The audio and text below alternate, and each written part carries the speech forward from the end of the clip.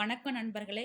நம்ம இப்போ சிற்றிலக்கியத்தில் பிள்ளைத்தமிழை பற்றி பார்க்க போகிறோம். பிள்ளைத்தமிழில் ஒரு சில வினாக்களுக்கு விடையை பார்க்கலாங்க. குறிப்பாக தான் எடுத்து வச்சுருக்கோம், பார்க்கலாம். இப்போ நம்ம பஸ்ஸில் போகும்போது, புத்தகத்தில் எடுத்துகிட்டு போகும்போது, வெளியே ட்ராவல் பண்ணும்போது, வேறு எங்கன்னா போகும்போது, இந்த சும்மா யூடியூப் பார்க்குறது, இந்த ஒரு வீடியோ பார்த்தா டிஆர்பிக்கு, யூஜிடிஆர்பிக்கு, பிஜிடிஆர்பிக்கெலாம் கொஞ்சம் யூஸாக இருக்கும். அதை வச்சு போடுறோங்க. பிள்ளைத்தமிழ். பெரியவர்களை குழந்தையாக பாவித்து பாடும் இலக்கியம் பிள்ளைத்தமிழ். பிள்ளைக்கவி, பிள்ளைப்பாட்டு என்ற பெயர்களும் உண்டு பிள்ளைத்தமிழுக்கு. குழவி மருங்கினும் கேழ்வதாகும் என்ற தொல்காப்பிய இலக்கணத்தால் சுட்டப்படும் இலக்கியம் பிள்ளைத்தமிழ். குழந்தையின் 3ஆம் மாதம் முதல் பாடப்படுவது பிள்ளைத்தமிழ். ஒற்றைப்படை மாதத்தில், அதாவது 3ஆவது மாதம், 5ஆவது மாதம், 7ஆவது மாதம், 9ஆவது மாதம், 21ஆவது மாதம் வரை பாடப்படும். அதுதான் பிள்ளைத்தமிழ். ஆண்பார் பிள்ளைத்தமிழ், பெண்பார் பிள்ளைத்தமிழ் என இருவகை உண்டு. ஆணுக்கு 16 வயது வரை பாடலாம், பெண்ணுக்கு பூப்பு தொடங்கும் வரை பாடலாம். இதெல்லாம் பிள்ளைத்தமிழ். அரச குமாரர்களுக்கு முடிசூட்டிய பிறகு பாடக்கூடாது பிள்ளைத்தமிழ்.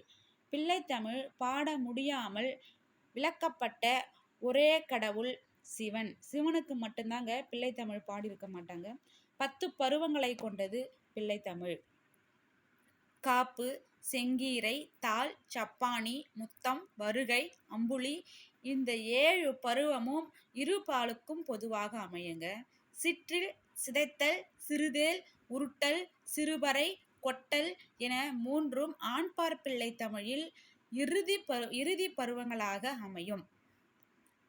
இதை நல்லா கவனிச்சுக்கோங்க. சிற்றில் சிதைத்தல், சிறுதேர் உருட்டல், சிறுபறை கொட்டல். சிற்றில் சிதைத்தல் மண் விளையாடி அது கலைக்கிறாங்களே அது. சிறுதேர் உருட்டல், தேர் அந்த தென்னம் காய் இருக்குல்ல, அதில் செஞ்சு உருட்டுறாங்களே அது. சிறுபறை கொட்டல், கை தட்டி விளையாடுறது, ஏதாவது போலங்கள்லாம் அடித்து விளையாடுறாங்களே அதுதாங்க. அடுத்து பெண்களுக்கு பார்க்கலாங்க. கிழங்கு, அம்மானை, நீராடல், ஊசல் என்ற 3ம் பெண்பார் பிள்ளைத்தமிழில் இறுதி பருவங்களாக அமையும். கிழங்கு, அம்மானை அல்லது நீராடல், ஊசல் இந்த 3ம் பெண்பார் பிள்ளைத்தமிழில் இறுதி பருவங்களாக அமையும். காப்பு பருவத்தில் பெரும்பாலும் வேண்டப்படும் தெய்வம் திருமால்.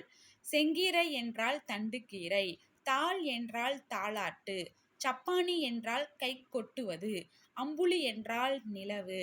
அம்புலி பருவம் பாடுவது மிக கடினம். பிள்ளைத்தமிழில் இந்த அம்புலி பருவம் பாடுறது ரொம்ப கடினம்னு சொல்லுவாங்க. புலவர்க்கு அம்புலி புலியாம் என்பர். புலவர்க்கு அம்புலி புலியாம், புலி மாதிரி பயமா புலவர் கதை எழுதணுன்னே கொஞ்சம் கஷ்டன்றாங்க. இந்த அம்புலி பருவத்தில் இருக்கக்கூடிய 4 பார்க்கலாங்க. சாம, தான, பேத, தண்டம் என்ற 4ம் அமைய பாடுவது அம்புலி பருவம். ஆசிரியர் சந்த விருத்தத்தில் 16 சீர் பாடப்படுவது பிள்ளைத்தமிழ். பிள்ளைத்தமிழின் முன்னோடி பெரியாழ்வார். கண்ணனை குழந்தையாக பாவித்து பாடியவர்கள் பெரியாழ்வார், பிற்காலத்தில் பாரதியார்.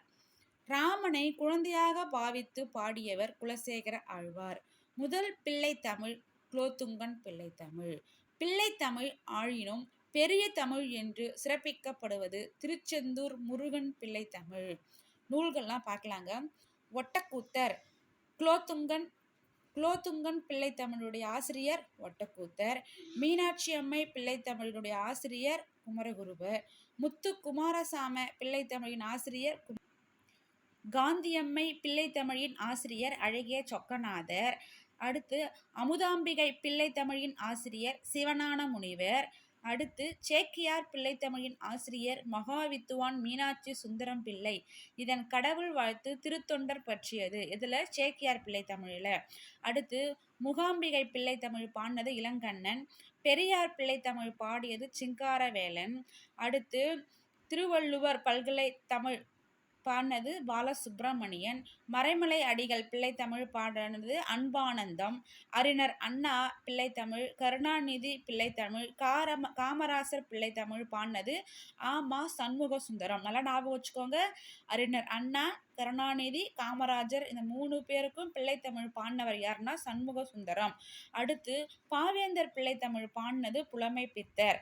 பாவேந்தர் பிள்ளைத்தமிழ் தேவராசன். பாரதி பிள்ளைத்தமிழ் வெள்ளையங்கிரி. பாவேந்தருக்கு 2 பேர் பாடியிருக்காங்க. பாவேந்தருக்கு புலமை பித்தனும் தேவராசனும். பாரதிக்கு வெள்ளையங்கிரி பாடியிருக்கிறாரு பிள்ளைத்தமிழ்.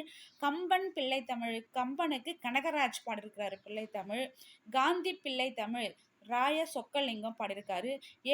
ஏசுநாதர் பிள்ளைத்தமிழ் குற்றாலம் அப்படின்றவர் பாடியிருக்காரு. வீரமாமுனிவர் பிள்ளைத்தமிழ் சண்முகம் பாடியிருக்கிறாரு. மிகுதியான நூல்கள் தோன்றிய சிற்றிலக்கிய வகை எதுனா பிள்ளைத்தமிழ் மட்டும்தான். இதுல மேற்கோள் கொடுத்துருக்காங்க பாருங்க. பக்தி சுவை நனி சொட்ட சொட்ட பாடிய கவி வளவ அப்படின்னு பிள்ளைத்தமிழ் யார் பாடியிருக்காங்கன்னா சேக்கியார் பிள்ளைத்தமிழ். சேக்கியார் பிள்ளைத்தமிழோட ஆசிரியர் யாருன்னா மீனாட்சி சுந்தரம் பிள்ளை.